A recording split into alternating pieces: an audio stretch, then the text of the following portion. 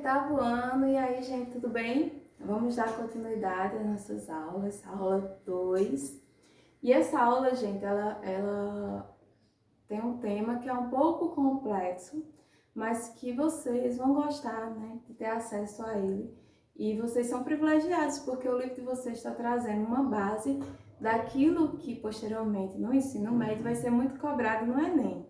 Então, eu tinha muita dificuldade com aluno do ensino médio que não tinha uma boa base em filosofia e que quando chegava lá, que a teoria era bem mais profunda, né, o conhecimento bem mais complexo, eles tinham muita dificuldade de assimilar, porque não tiveram uma boa base de filosofia durante o Fundamental 2.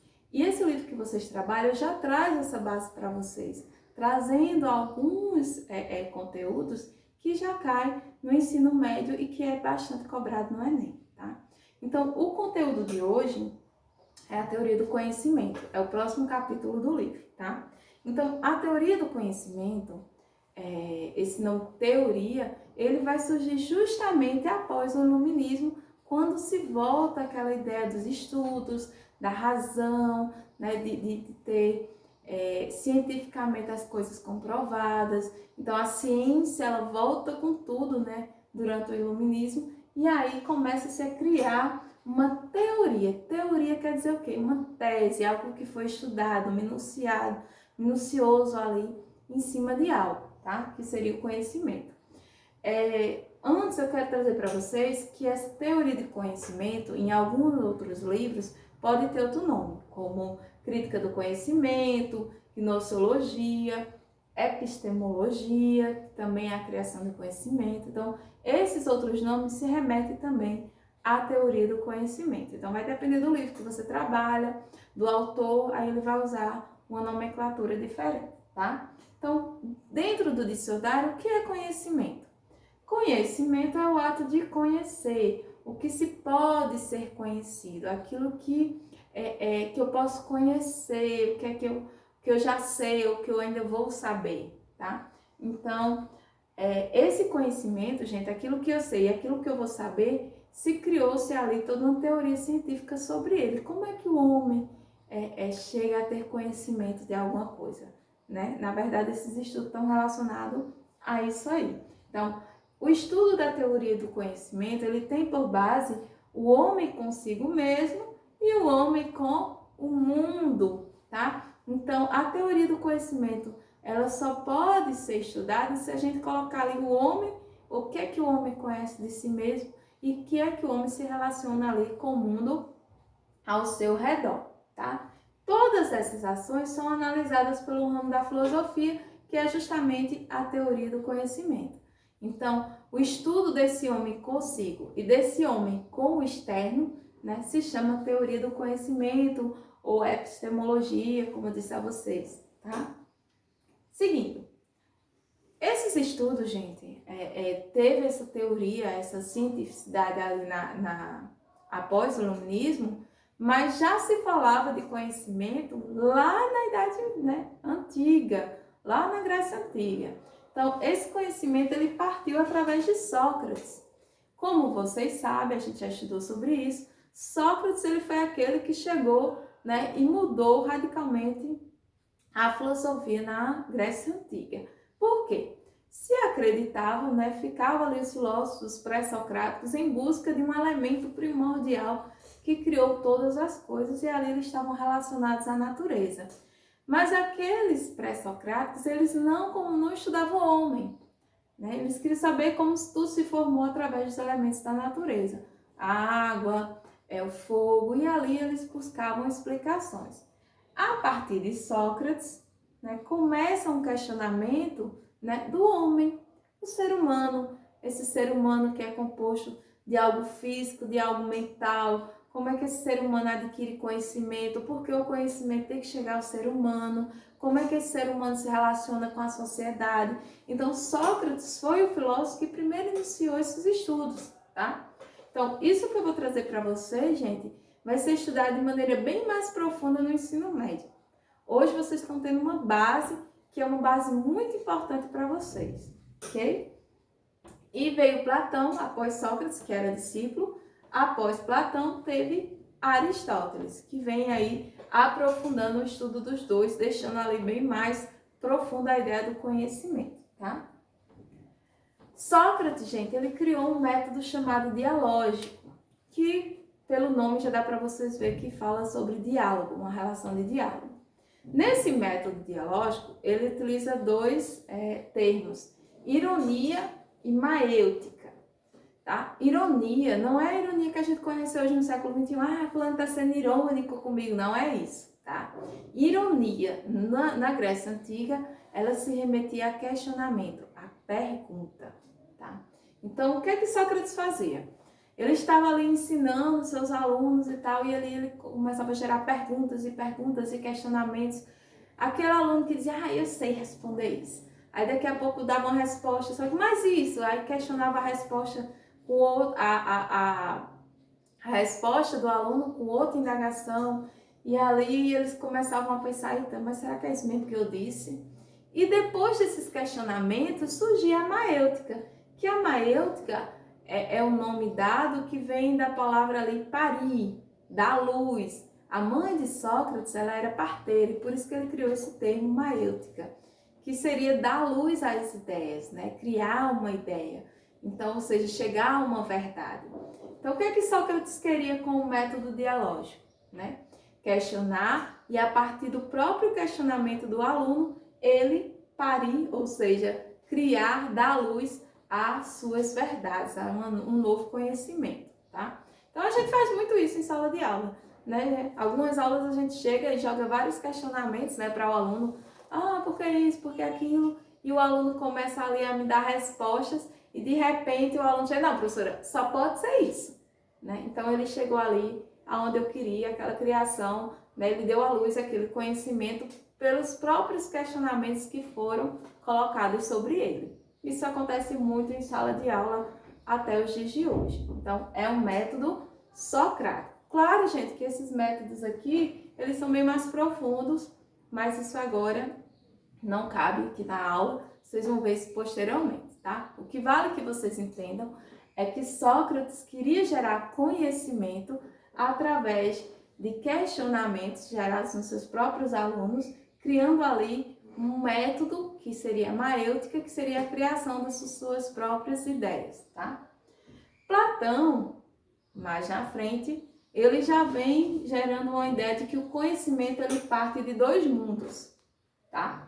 O mundo das ideias e o mundo sensível. O que seriam esses dois mundos, professora? O mundo das ideias seria aquele mundo que ainda está no imaginário, que não é concreto, imaterial, tá? Tá ali na nossa mente, mas não é possível você pegar, palpar, sentir cheiro.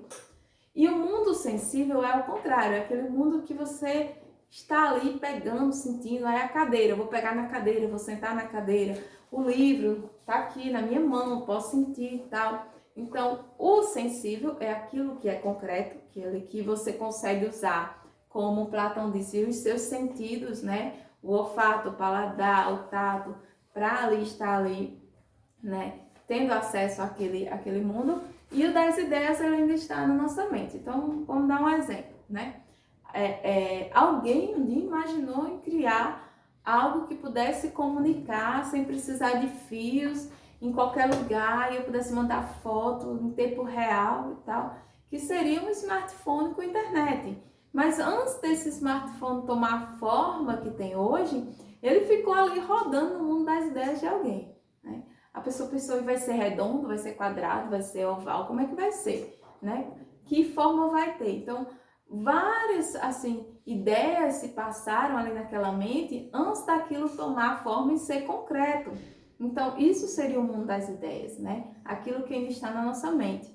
A partir daquele momento que aquilo que está na nossa mente, aquele conhecimento que está só ali girando, tomando forma, ele começa a se concretizar. Meu smartphone é retangular e tal, tem tecla, não tem teclas e tal. Então, isso é o mundo sensível, material, tá? Então, estava lá no mundo das ideias, o smartphone, e agora está no mundo real, concreto. Isso aí seria uma dialética, ou seja, se há uma relação para Platão entre o mundo das ideias e o mundo sensível. Sem essa relação, seria impossível chegar ao conhecimento, tá? Então, isso aqui, gente, é conhecimento. Então, para Platão, esse conhecimento nasce primeiro nas ideias, no mundo ali imaginário, e depois parte para o mundo concreto, ok? Material. Mas na frente, juntando, né, Sócrates e Platão, vem Aristóteles e ele vai dar mais aprofundamento a tudo isso. Ele vai dizer, olha, tá certo, tem que ter um questionamento, a pessoa tem que gerar o conhecimento, tem que chegar a uma verdade, mas para isso, outros sentidos, eles têm que ser aguçados, né? A sensação, a percepção, a imaginação, linguagem, raciocínio, intuição, tudo isso pode também fazer parte do conhecimento. Então, chega Aristóteles e já traz outra gama de coisas, né? Dizendo que o conhecimento precisa também disso, precisa de uma intuição, precisa de uma sensibilidade. Não é só o que Platão ou Sócrates disse, mas é algo mais profundo, tá? Mais complexo, tá? Então, esses três, gente, são a base ali do conhecimento na antiguidade. Então, eles já falavam de conhecimento, eles só não tinham esse nome teoria, mas eles já estudavam sobre o conhecimento e sobre o ser humano com esse saber, tá?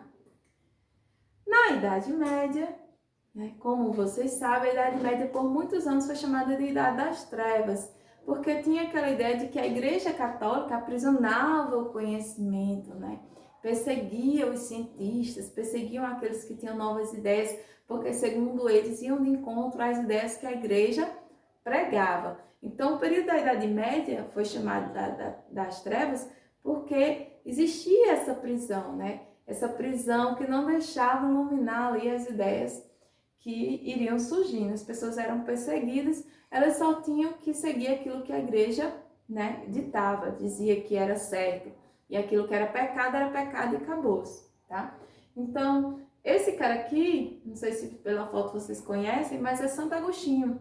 Santo Agostinho foi um filósofo da Idade Média e foi padre também.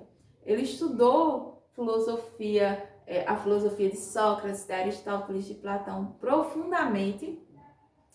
Ele concorda com muitas coisas, né? Só que ele acrescenta algo, né? Então, o conhecimento na Idade Média para Agostinho não teria um sentido se não tivesse a fé. Então, na Idade Média, razão e fé eram as bases do conhecimento. Então, você tinha aquele conhecimento racional, mas esse conhecimento só era uma verdade. E aí, gente, vocês lembram que verdade ela poderia ser relativa, que desde a antiguidade já se falava de uma verdade que era relativa, a minha verdade não pode ser a sua verdade, né? Pode ser outra verdade. Mas para Agostinho, poderia se chegar a uma verdade imutável, absoluta. Era aquela verdade que o levava a um esclarecer, a um conhecimento de Deus. Então, quando você junta a sua razão com sua fé e chega ali a um determinado conhecimento, esse conhecimento ele determina uma verdade imutável, que era uma verdade relacionada ali ao Deus que interferia no ser humano, ao Deus que agia na humanidade e tudo mais, tá? Então, sem a fé, né, era impossível chegar a essa verdade. Então, para Agostinho existia realmente uma verdade imutável, ok? Professora, mas se não tivesse a fé, esse conhecimento estava perdido? Não, para Agostinho esse conhecimento era conhecimento sim, era racional sim, mas não ia lhe levar a lugar nenhum e nenhuma verdade imutável, ia ser apenas a verdade relativa, tá? Gente, outra coisa interessante é que o conhecimento, ele tem uma relação muito segura entre o sujeito e o objeto. Não existe conhecimento sem essa relação, tá? Eles vão sempre de encontro um ao outro. E aí, para dar um exemplo a vocês, eu coloquei a imagem aqui da Mônica, né? E ela está pensando em ter uma imagem aqui de uma cebola. A Mônica, ela seria o sujeito que está pensando em algo que é o objeto. A gente conhece o personagem do Cebolinha, da Turma da Mônica, e a gente sabe que se ela falar, eu estou pensando no Cebolinha, a gente sabe que ela está pensando no personagem. Mas o objeto, para quem não conhece, pode ser apenas uma cebola. Tá vendo aqui que o Cebolinha está representado apenas pela imagem da cebola e não pelo personagem? Por quê? Porque isso vai depender daquela relação que eu tenho com o objeto. Vamos dar um exemplo do índio. Um índio que nunca teve contato com a civilização branca, tecnológica. Você diz, olha, tá quente, né? Ah, eu queria um ar-condicionado. O índio vai dizer, o que é ar-condicionado? Você vai falar, o ar-condicionado é assim, assim, esfria, tem tal característica. Você vai dizer muita coisa, né? Você pode até mostrar a foto do ar-condicionado para o índio. Mas na cabeça dele, aquele conhecimento, aquela relação com o objeto, ela ainda está ali no mundo imaginário, ainda não é real, né? Para alguns autores, o fato dele não usar os sentidos ainda, só a questão de ver na imagem assim, mas não usar os outros sentidos, não é real para ele, tá? É um conhecimento ainda abstrato. Mas no momento que o índio chegar no lugar e tiver um ar-condicionado e ele sentir, ele poder pegar, tal, aquele conhecimento já é uma relação com o objeto. É o sujeito e o objeto ali entrando em ação conjunta. Eu sei que é um pouquinho complexo de se entender. Qualquer dúvida vocês deixem aí que a gente tenta esclarecer, tá? Mas isso aqui é muito mais profundo do que eu tô falando aqui. Claro que vocês ainda não têm essa preparação para essa profundidade, mas vocês estão tendo uma base muito boa, tá? Já. Então vocês já sabem que para se conhecer algo, você tem que ter essa relação do sujeito com o objeto, tá? E essa relação, quanto mais real, mais concreta, para alguns autores o conhecimento seria mais exato, tá? Seria mais teórico, mais fundamentado, ok? Então, se isso aqui não ficou bem entendido, vocês deixem no comentário, porque a gente ainda vai falar sobre conhecimento nas próximas aulas. A gente vai ver o conhecimento na Idade Moderna, na contemporaneidade, hoje, como é que é esse estudo com relação ao conhecimento. Gente, por hoje é só. Gratidão. Leiam as páginas. Quem não tiver acesso aí ao livro ainda, deixa nos comentários que eu tiro a foto e coloco como material, né, para ajudar vocês. Não deixem de fazer as atividades, tá? Por favor, mesmo que não tiver o livro, me deixa um comentário que a gente tenta resolver e fazer da melhor forma. Beijos e saudades!